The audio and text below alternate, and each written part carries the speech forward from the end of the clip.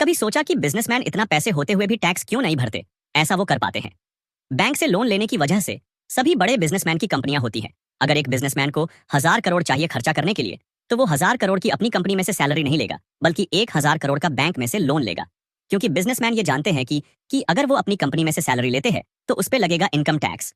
यानी कि अगर एक बिजनेसमैन अपनी कंपनी में से 1,000 करोड़ की सैलरी लेगा, तो उस पैसे पर इनकम टैक्स लगने की वजह से उसे उस पैसे पर 40% टैक्स यानी कि 400 करोड़ रुपए का टैक्स भरना पड़ेगा। और इस टैक्स से बचने के लिए ही बिजनेसमैन ये करते हैं।